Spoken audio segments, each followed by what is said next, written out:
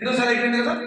మూడోసారి ఎప్పుడంటే ఈ హర్మిగిద్దో యుద్ధం అయిపోయిన తర్వాత మహాశ్రమల చివరిలో ఈ భూమిని పూర్తిగా రిపేర్ చేసి 1000 సంవత్సరాల వరకు హ్యూమన్ బీయింగ్స్ మనుషులు ఏ లోటు ఉండదు భూమి మీద.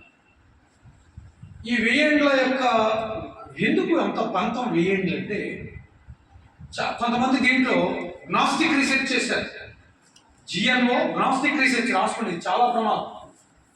గ్నాస్టిక్ రీసెర్చ్, గ్నాస్టిక్ అంటారు, గ్నాస్టిక్ 2 రకాలు కూడా పిలవచ్చు. ఇదేంటంటే గ్నాస్టిసిజం.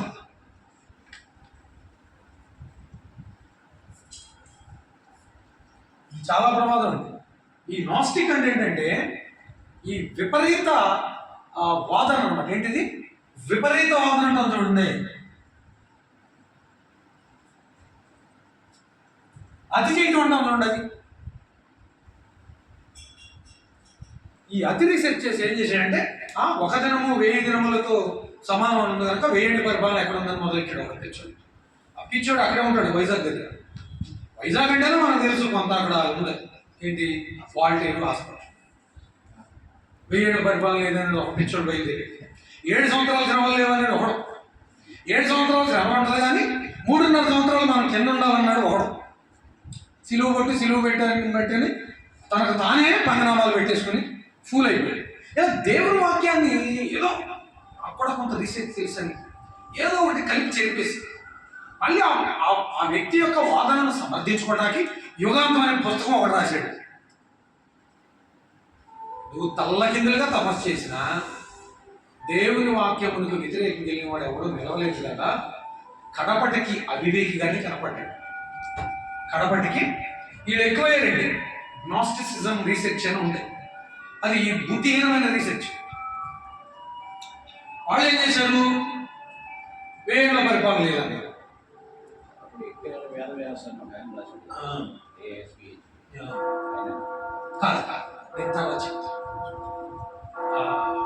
మనం వాళ్ళ పేరు చెప్పిన కాడ నుంచి తెలుగులో సామెత ఉంది కదా, ఏదో చేతులు లేనివాడికి ఛానల్ దాంట్లో ట్రైనింగ్ ఇచ్చినట్టు అయిపోతుంది. అయితే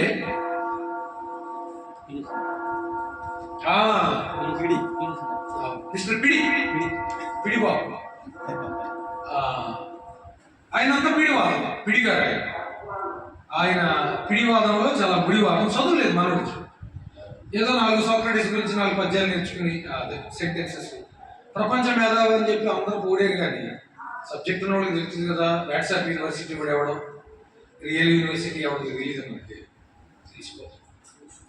మూడవసారి రిట్రై చేసి ఎవరికి ఇస్తున్నాడంటే మనుషులు. ఎందుకు 1000 ఏండ్లు ఇస్తాడంటే రీసెర్చ్ ప్రకారం. మనకి స్పష్టంగా ప్రకటన గ్రంథం 21 అధ్యాయంలో ఉంది కదా. ఫస్ట్ వచ్చిన చూడండి 21:1 ఉన్నప్పటికీ మీకు ఎగ్జాక్ట్ మ్యాథమెటికల్ ఫార్ములా కూడా ఇస్తారు. మొదటి వచ్చిన చూడండి. అంతటా మేము 20కి వెళ్ళిపోండి. 20 తర్వాత 21. 20 అధ్యాయం మొదటి వచ్చి 1000 years మరియు పెద్ద సంఖ్యలను పట్టుకుని అగాధం యొక్క తాళపు చెవి గల ఒక దేవదూత పరలోకం నుండి దిగొచ్చడు చూచుదని. ఒక దేవదూత పరలోకం నుంచి దిగొచ్చాడు పెద్ద సంఖ్యలో. అక్కడ నేను చెప్పేస్తాను. అది అక్కడ ఆల్రెడీ అబద్ధ ప్రవక్తను క్రూర మృగాన్ని ప్రాణముతోనే అగాధంలో వేసాడు. అక్కడ ఆదిగడ సర్పం ఉన్నాడు. అవునండి, తెలుసు కదా మీకు. ఆదిగడ సర్పం అంటే ఎవరు? లూసిఫర్. మొదటి నుంచి ఏదేళ్ళ నుంచి మోసం చేస్తున్నాడు ఆదిగడ సర్పం. ఇతనికి ఇంకొక 2 తోడు కావాలి మహాశ్రమల కాలంలో. ఎవరు? ఒక అబద్ధ ప్రవక్త, అంటే అంత్యక్రీస్తు అంటారు కదా, క్రీస్తు విరోధి. ఒక క్రూర మృగం. క్రూర మృగం అంటే మృగం కాదు, ఇది మనిషి. పొలిటికల్ నియంత్రణ. ఇదివరకు ఎన్నడూ లేనంతగా హింసిస్తాడు అన్నాడు కదా ప్రభు 24 అధ్యాయంలో మత్తయి సువార్త 24లో లోక 21లో. అయ్యో ఈ మహాశ్రమ కలిగిన దినము, సృష్టి ఆరంభం నుంచి అట్టి హింస కలగలేదు, అటు తర్వాతకి ఎన్నడూనూ కలుగబోదు. బాగా ఘోరంగా హింసిస్తాడు కదా. అంతగా హింసిస్తాడు కనుక 7 సంవత్సరాల శ్రమంలో వాడికి క్రూర మృగం పేరు పెట్టాడు. మనిషి అడిగాడు. ఈ విధంగా ఆదిగడ సర్పము, అబద్ధ ప్రవక్త, క్రూర మృగం, వీళ్ళ ముగ్గురిని శాటన్ ట్రినిటీ అంటారు. సాతాను త్రిత్వం ఏమంటారండి? శాటన్ ట్రినిటీలో ఎవరున్నారు? డ్రాగన్, ఆదిగడ సర్పం. ఎవరిద్దరు? డ్రాగన్. మీకు ఈజీగా అర్థం కావడానికి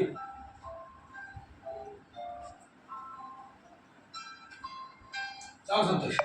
మీకు ఈజీగా అర్థం కావడం ఆది అని తెలుగులో రాస్తాను, రాసుకోండి. ఆది ఘట సర్పం. మూడవడెవడో, రెండవడెవడో అబద్ధ ప్రవక్త. ఎవరండి?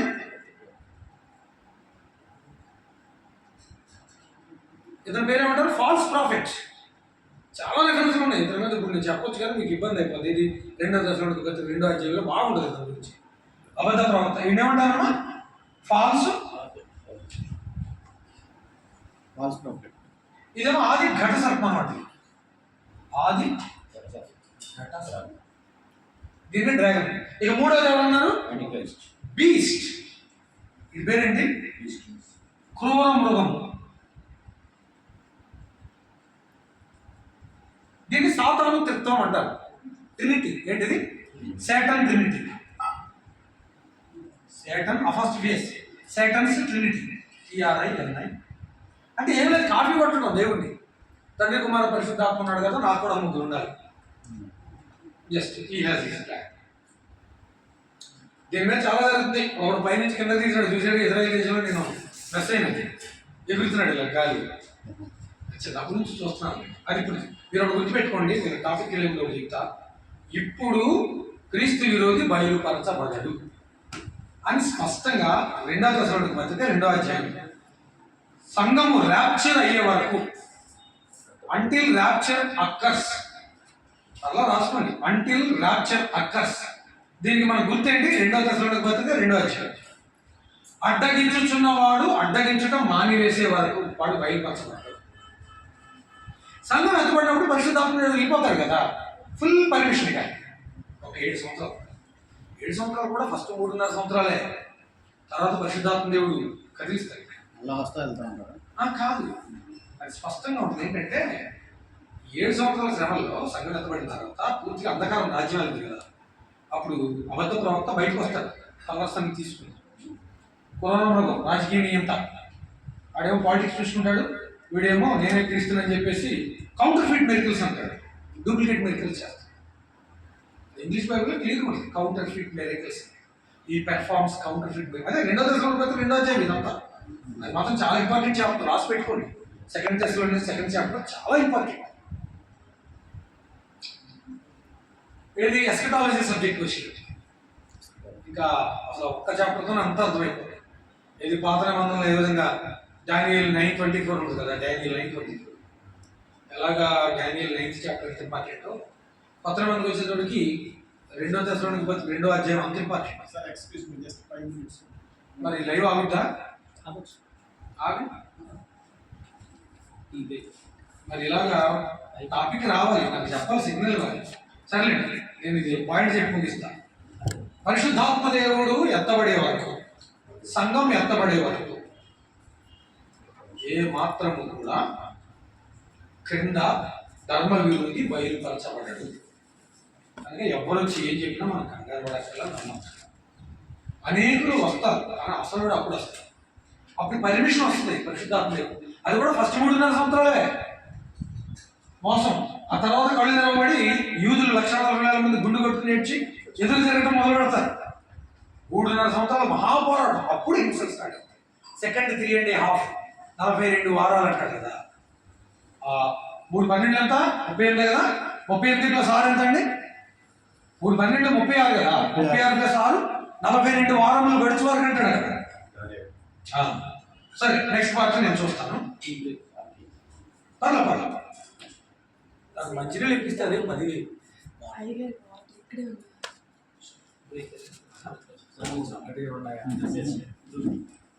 గిన్నెడు చల్లి మన పక్కనే ఉన్నాయన్నారు చూడు సార్. అది కాదు, కొంచెం కూల్ ఏమంటారు ఫ్రిడ్జ్ లో. కూల్ తాగకూడదండి మీరు, కూల్ అయ్యి